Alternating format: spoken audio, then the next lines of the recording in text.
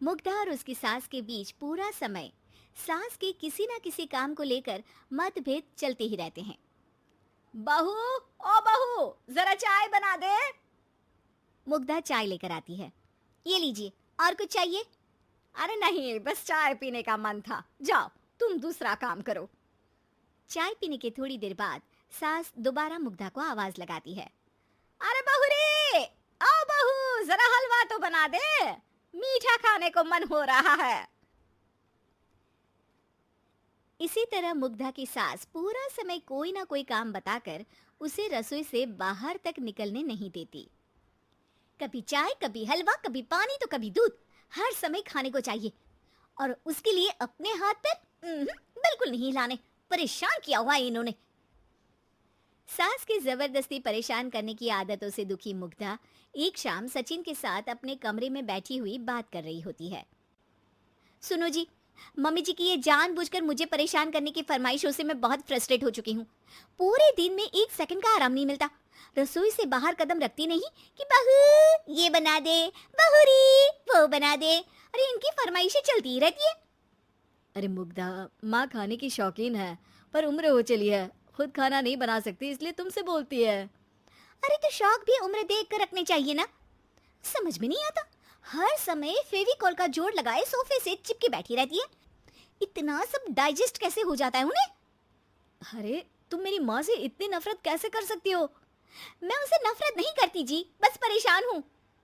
जहाँ मुग्धा अपने पति से ये सब बोल रही होती है, वहीं उसकी सास भी कमरे के बाहर दरवाजे से कान लगाए सारी बातें सुन रही होती है और अगली दोपहर रसोई में मुग्धा के पास जाती है। बहू, आज ना मेरा कुछ मसालेदार खाने का मन है।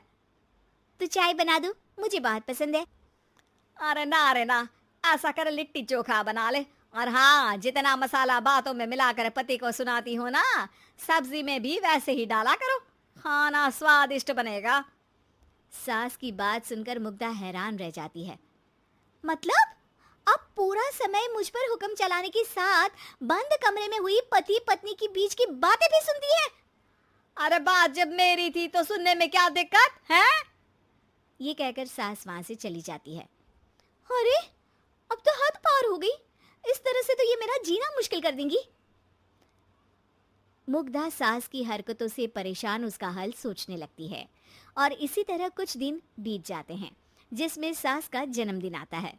मुग्धा बहुत खुशी के साथ अपनी सास को एंड्रॉइड मोबाइल गिफ्ट करती है। मम्मी, आपको सबसे बात करने के लिए बहुत दिक्कत होती है ना? कभी सचिन तो कभी मुझे बोलना पड़ता है, पर इस मोबाइल से आपको कोई दिक्कत नहीं होगी। एक जगह बैठे बैठे बहुत कुछ कर सकती हैं अब आप। मोबाइल देख सासू माँ खुश हो जाती है, पर उसे इस्तेमाल करना तो आता नहीं, इसलिए साइड में रख देती है। जिसे देख मुग्धा घर का सारा काम छोड़ मोबाइल सेट कर सास को इस्तेमाल करना सिखाने लगती है, जिसके बाद अब सास पूरा समय मोबाइल में ही लगी रहती है। हाय, जब से मम्मी को मोबाइल मिला है मेरी लाइफ में कितनी शांति आई है। अच्छा है, इसी तरह बिजी रहे तो मैं भी सुकून की जिंदगी जी पाऊंगी। अब मुग्धा जब मन करे काम करना, जैसा चाहे वैसा खाना बनाकर खाना, पूरा समय रिलैक्स और खुश रहने लगती है। क्या बात है, आजकल तुम बहुत चहक रही हो। अरे मम्मी जी से छुटकारा जो मिला है, अब ना फरमाइशें ना छुप छुप कर बातें सुनना। अच्छा, तो मोबाइल गिफ्ट करने की ये स्कीम थी। इसी तरह दिन बीतते हैं और अब मोबाइल पर लगी सास फरमाइशों की जगह सवालों के लिए बहू को आवाजें लगाना शुरू कर देती है। अरे बहू सुन तो, देख जरा किसी का फोन क्यों नहीं मिल रहा? रिचार्ज खत्म हो गया है, पर अभी 4 दिन पहले ही तो मैंने किया था, इतनी जल्दी कैसे खत्म हो गया? अरे मैंने कल तेरी कनाडा वाली मौसी सास से 3 घंटे बात की थी ना। क्या? इतना महंगा तो मोबाइल भी नहीं आया जितना महंगा इसका रिचार्ज पड़ रहा है। इसके बाद तो जैसे मुग्धा के दिन के 24 घंटे में से 20 घंटे सास के पास उनके मोबाइल रिलेटेड प्रॉब्लम सॉल्व करने की ड्यूटी ही बन जाती है। अरे मुग्धा, ये मोबाइल में अचानक तेरी मौसी सास की शक्ल क्यों दिखने लगी? और ये तो हिल भी रही है। मम्मी, ये गूगल डुओ का वीडियो कॉल है, इसमें आप बात करने के साथ एक दूसरे की शक्ल भी देख सकती हो। अच्छा, ये तूने मुझे पहले क्यों नहीं बताया? अब बताने के लिए पहले नहीं बताया। इसी बीच सचिन भी वहां आ जाता है और सास अपनी वीडियो कॉल में बिजी हो जाती है। क्यों, सास बहू में क्या गपशप चल रही है?